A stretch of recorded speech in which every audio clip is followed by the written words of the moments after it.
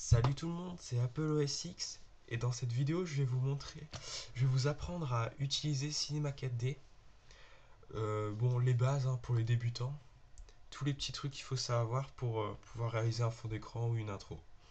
Bon voilà, on va commencer à lancer Cinema 4D. Hmm, Alors il charge les modules. Voilà, donc ça se présente comme ça. Alors, je vais vous expliquer. Là, vous avez l'écran pour avoir l'image de ce que vous faites. Là, vous allez avoir tous les objets que vous avez mis sur l'écran. Là, vous allez avoir tous les matériaux pour modifier vos objets. Et ici, vous avez toutes les petites modifications précises et tout. Donc, vous voyez avec tous les chiffres et tout ça. Là, vous avez des icônes pour pour vous aider. Vous avez, par exemple, ça c'est pour faire le rendu. Ça c'est pour ajouter une lumière. Enfin, vous avez plein de trucs, mais on va voir ça ensemble pour faire un fond d'écran de base. Allez, on va commencer. Alors d'abord, vous allez dans Hemograph. Ensuite, vous allez dans Hemotext et vous voyez un texte qui apparaît. Ensuite, vous pouvez modifier le texte. Donc, par exemple, moi, je vais mettre euh, de tutorial. Là, donc vous voyez, vous cliquez ici, ça change. Enfin, vous cliquez n'importe où, ça change. Donc, vous le recadrez. Euh, Ensuite, vous pouvez modifier la largeur des lettres, donc la profondeur. Moi, je mets toujours 40-50. Désolé. 40-50. Moi, je vais mettre 50. Vous cliquez autre part pour que ça effectue le changement. Et vous voyez que la largeur, ici, elle s'est augmentée. Ensuite, si vous voulez changer de vue, ici, vous avez 4 icônes. Enfin, 3 plutôt. Celui-là, vous vous en servez pas. Alors, celui-là, vous restez enfoncé et vous bougez votre souris pour pouvoir faire une rotation. Ensuite, celui-là, c'est pour dézoomer. Donc vous cliquez enfoncé, vous faites de gauche à droite. Pour zoomer, c'est la droite. Pour dézoomer, c'est la gauche. Et pour se déplacer en vertical et horizontal, c'est celui-là. Donc le même principe, gauche-droite, haut-bas. Donc moi, je vais rezoomer. Tac.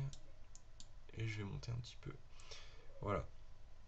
Et à savoir que vous voyez l'espèce de zone un peu plus foncée. Si vous mettez par exemple votre texte comme ça, on ne verra pas le T, vu qu'il est dans la zone sombre. Mais on pourra voir comment l'agrandir après pour les dimensions de l'écran, tout ça. Donc ensuite, imaginons que vous voulez mettre une couleur à votre texte. Vous faites Fichier, Nouveau matériau, vous double-cliquez sur la boule qui vient d'apparaître, et là, vous avez un petit carré. Donc vous êtes sur l'onglet Couleur, vous double-cliquez sur le petit carré, et là, vous choisissez une couleur. Moi, je vais mettre rouge comme ça. Ensuite, vous voulez qu'il y ait un petit peu de brillance. Vous allez dans l'onglet Réflexion, qui est ici. Vous cochez la case pour l'activer. Et là, vous avez l'intensité, vous la réduisez. Et là, vous voyez, ça brille. Donc, vous augmentez, vous mettez comme vous voulez. Et une petite astuce, mettez en Fresnel, c'est beaucoup plus joli. Vous voyez, ça rend un petit truc comme ça, c'est sympa, je trouve. Voilà. Donc, une fois que votre... ah oui, aussi. Vous pouvez aussi mettre une lueur. Donc, vous cochez. Et vous voyez, il y a une lueur autour. Bon, vous faites comme vous voulez. Moi, personnellement, je vais pas mettre. Vous faites comme vous voulez. Il y a plein de petits réglages. Mais là, je fais les bases.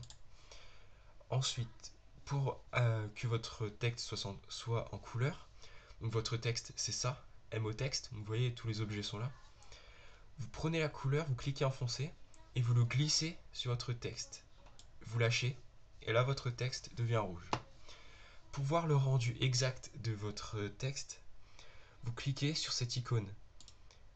Et là, vous voyez, ça rend comme ça. Bon, c'est basique, mais c'est pas moche. Pour une intro, pour un fond d'écran basique, c'est normal. Ensuite, imaginons que vous voulez déplacer votre texte. Donc vous pouvez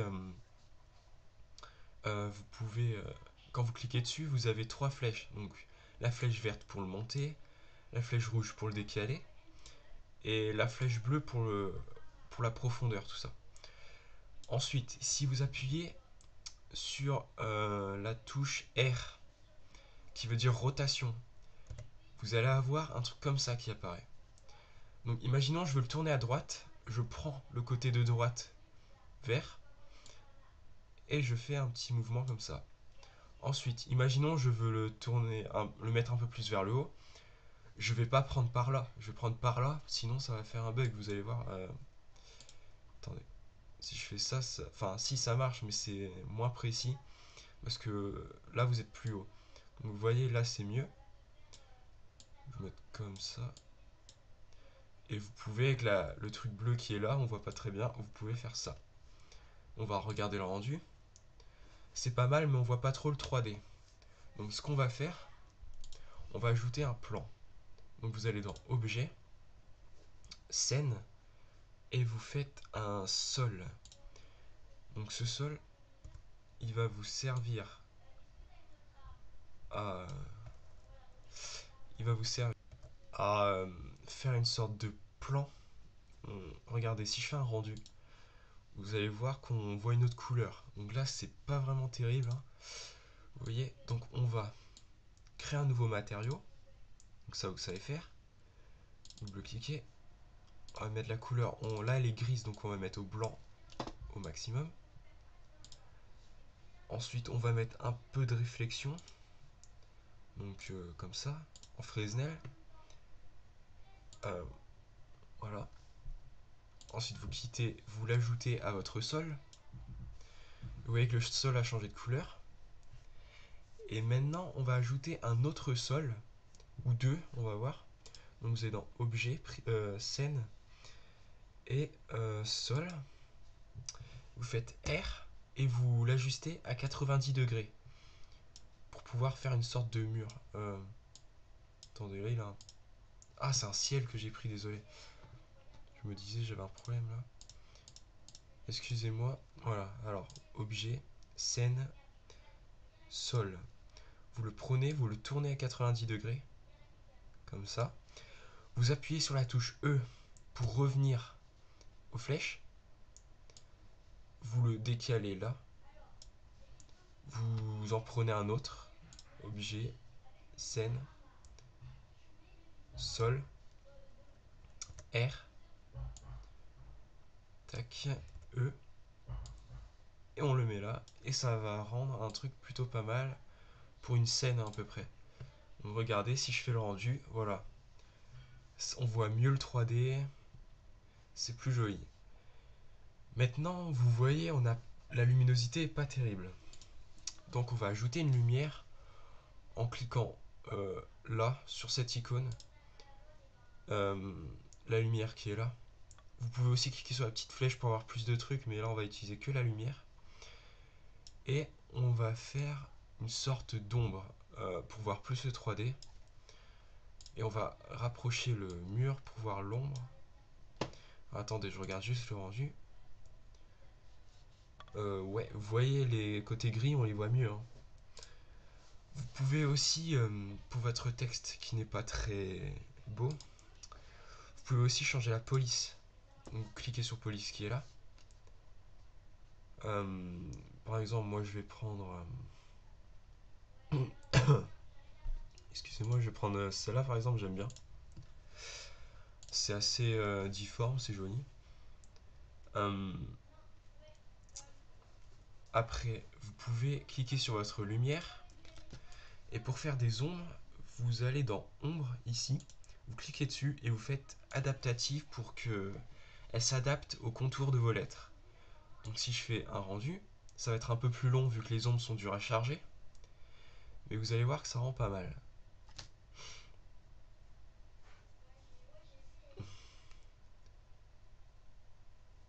Donc on voit des ombres derrière en noir, qui sont pas très nettes parce qu'on est loin.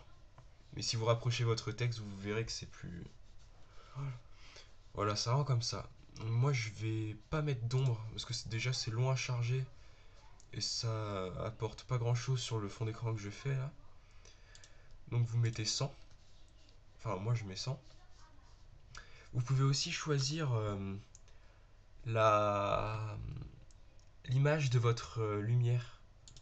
Alors pour l'image, donc vous cliquez sur votre lumière et c'est dans je crois que c'est non. Attendez, hein, je cherche. Voilà, c'est dans lentille, je crois.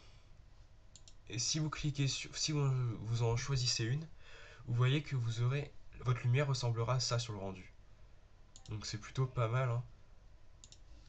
Vous voyez par exemple si je mets ça, je fais OK et je fais un rendu. Vous allez voir qu'il y a une lumière comme ça. Bon, moi je vais la laisser, c'est pas très joli vu comme ça, mais c'est juste pour le tuto, hein, ce sont les bases. À vous d'ajuster et tout, hein. Si je mets comme ça fait quoi? Ouais, ça fait pas mal. Vous voyez, vous pouvez ajuster votre lumière hein, pour faire une des meilleurs contrastes, tout ça, hein. Ensuite, qu'est-ce que vous pouvez faire? Vous pouvez, avec le plugin Trozy, si vous l'avez, vous pouvez... donc le plugin Trozy s'appelle comme ça, vous le téléchargez sur nitro4d.com. Il sert à faire des craquelures sur votre texte. Donc vous sélectionnez votre texte, vous faites module externe, Trozy, tac. Vous choisissez le nombre de pièces, donc moi je vais mettre 10 par lettre, ou 12. Vous faites break now. Et évidemment, ça ne marche pas. Je sais pas pourquoi, moi j'ai un bug avec Trozy. Il me fait ça. Donc si quelqu'un sait, ce serait sympa de me le dire. Des fois il marche, des fois il marche pas. Faudrait que je vois. Mais en tout cas, il marche avec les formes. Donc si vous voulez ajouter des formes, vous faites primitive, objet primitive. Et là vous avez plein de formes. Donc par exemple, je vais prendre une sphère. Et je vais la découper avec Trozy. Donc module, je l'ai sélectionné, module externe. Trozy, tac. Je vais mettre 15 pièces. Faites break now. Et là, vous voyez qu'il est en train de se découper. Ensuite, une fois que c'est fini, si vous cliquez sur cette flèche qui avance le temps, on va voir que notre... non, sur celle-là, on va voir que notre... ah oui, attendez. Il faut juste mettre votre sol dynamique de corps, sinon votre boule va transpercer votre sol. Donc, une fois que le sol est mis en dynamique de corps,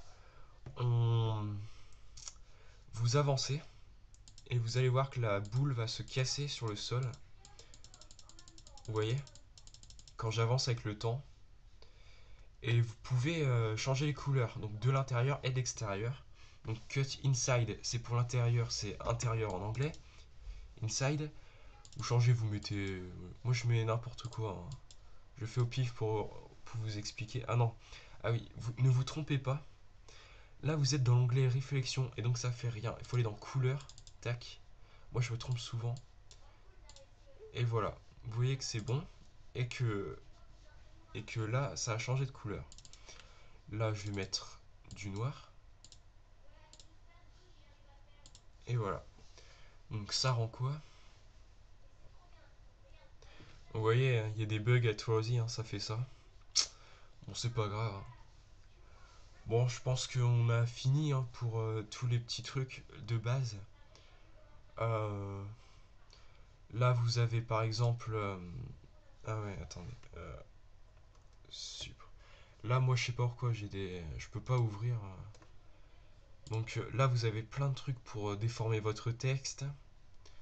Euh, Là, c'est pour la mettre en perpendiculaire, tout ça.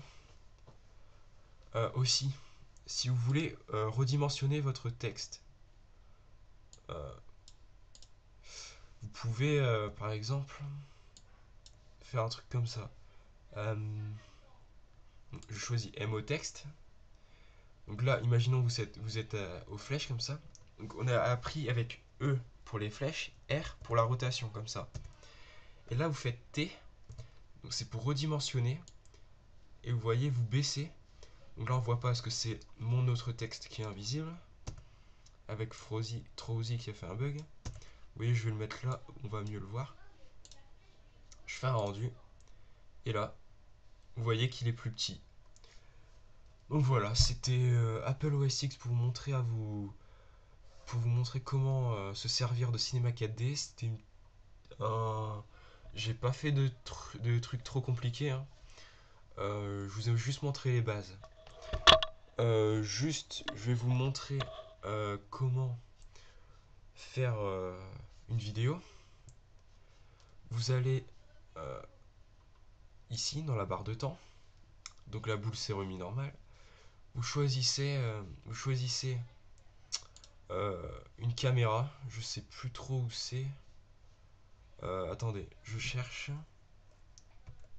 Ah oui, c'est dans objet scène, donc un objet de scène caméra. Donc vous voyez, il s'est ajouté là. Vous cliquez sur le carré noir pour être la caméra. Vous voyez, vous avez le cadrage ici. Donc imaginons, je veux zoomer sur la lettre T. Donc on part de 0, vous mettez une clé pour faire une sorte de checkpoint. Et imaginons si à 30 ou à 45, je veux que ma caméra soit là, je bouge la caméra et je la mets ici. Donc, je refais un checkpoint avec une clé. Si je veux qu'elle aille là-bas, je vais mettre à 84.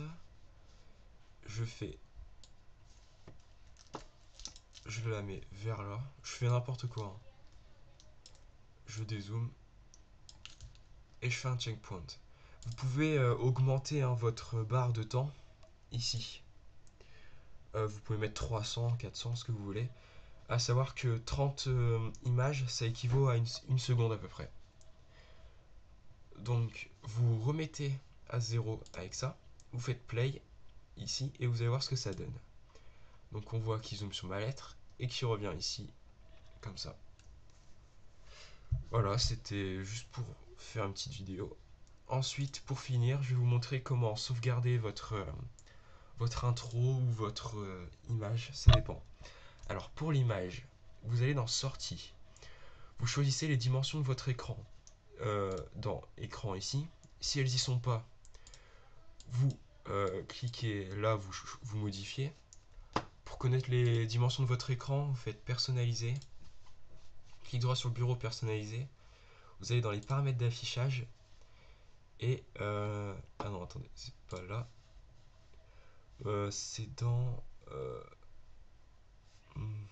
moi aussi c'est dans affichage, désolé. Ensuite vous allez ajuster la résolution. Et là, moi c'est 1366 x 768. Donc vous retenez et vous marquez là.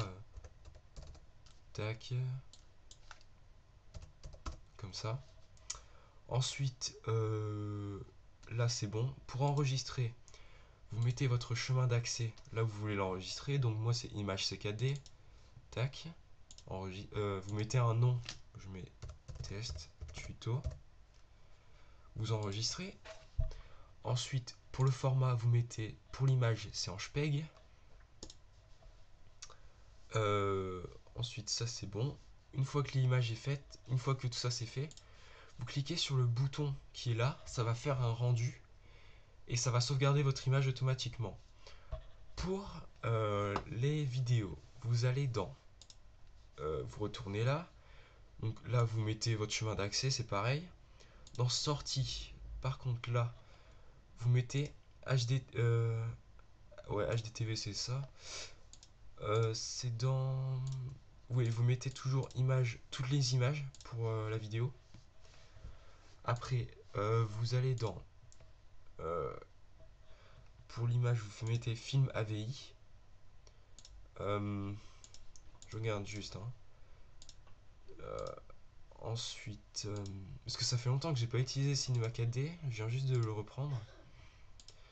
Parce que mon ordi avait eu un formatage, ça s'était mal passé. Et alors, normalement, c'est dans. Ouais, non, en fait, normalement, c'est bon si vous sélectionnez HDTV 16.9, c'est bon. Hein. Donc, on va essayer. Hein. On finit ça. Vous remettez à 0. comme ça. Vous faites ça pour faire le rendu et normalement ça va vous faire plein d'images. Donc voilà, ça commence, ça fait une image, ça en fait une autre et ça en fait jusqu'à 84 normalement. Ça va vous en faire 84 comme ça et après ça va faire un film. Et vous aurez votre intro ou votre image. L'image ça fait juste une image. Voilà. Bon voilà, je vais arrêter ça. Voilà. Bon ben c'était Apple OS X pour vous montrer comment, pour vous apprendre à vous servir du logiciel Cinema 4D pour les débutants. J'espère que vous avez aimé cette vidéo et que vous avez compris pas mal de trucs. Euh, N'hésitez pas à vous abonner à ma chaîne, cliquez sur le bouton j'aime, ça m'aiderait dans mes autres vidéos. Voilà, merci, à plus.